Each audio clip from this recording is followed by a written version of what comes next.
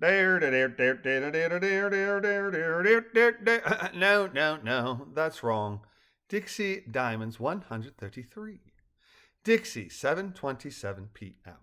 As the three Bordens turned the corner from their side yard to the front, the sight of a Dixie Sheriff's Patrol car sitting in their driveway greeted them.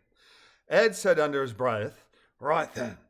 Then adding, "Balloony, we might need your help," a request that went unanswered. He intoned, adding, "Jer, Big B may be deep inside someone's mind at the moment. Why don't you go hang out by the backyard fence line? Wait for us there unless it becomes obvious you need to go. Got it?" Jerald meowed as Lizzie said, "If you have to head out before we can check on you, be sure to try and contact Balloony before you do," she said, voice cracking in concern for her darling while smiling at them.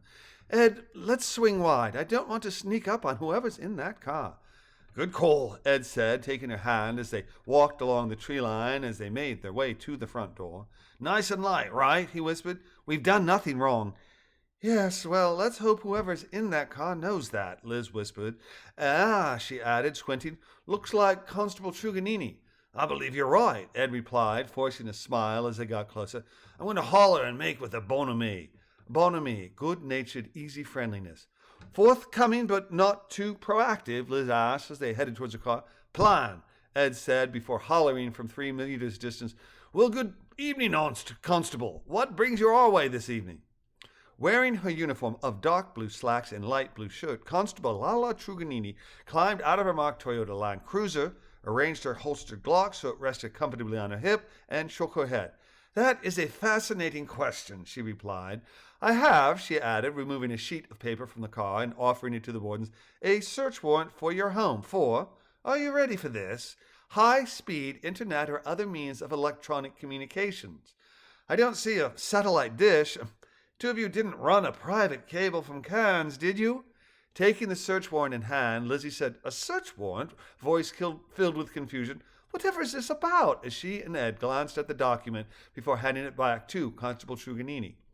"A cable from Cairns?" Ed asked with a laugh.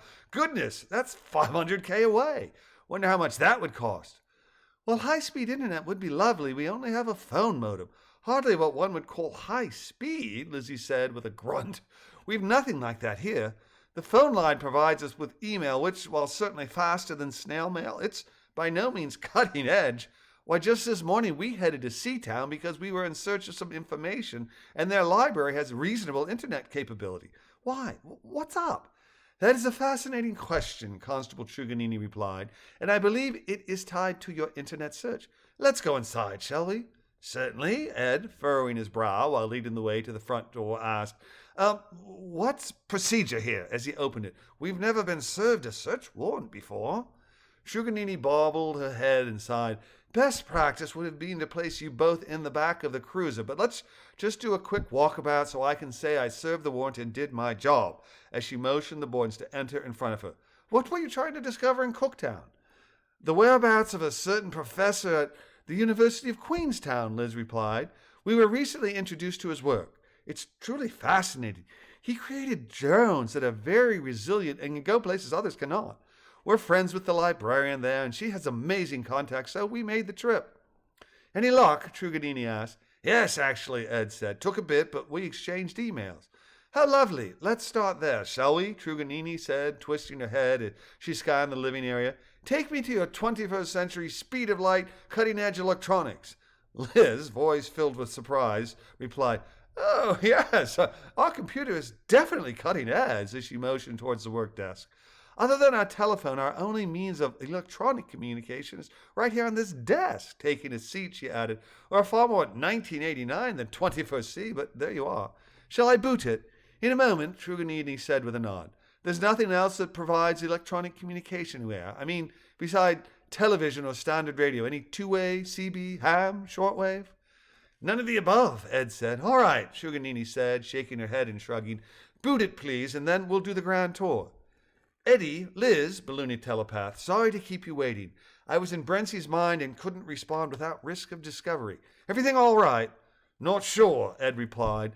"Cops are here with a warrant. Can you stay with us? Oh, and check on Jerald. He's out in the yard waiting." "I'm here," Jerald said via Balloony's telepathic link. "I'm all right." "Oh, wonderful," Liz replied. Mrs. Borden, Constable Truganini asked, the emails?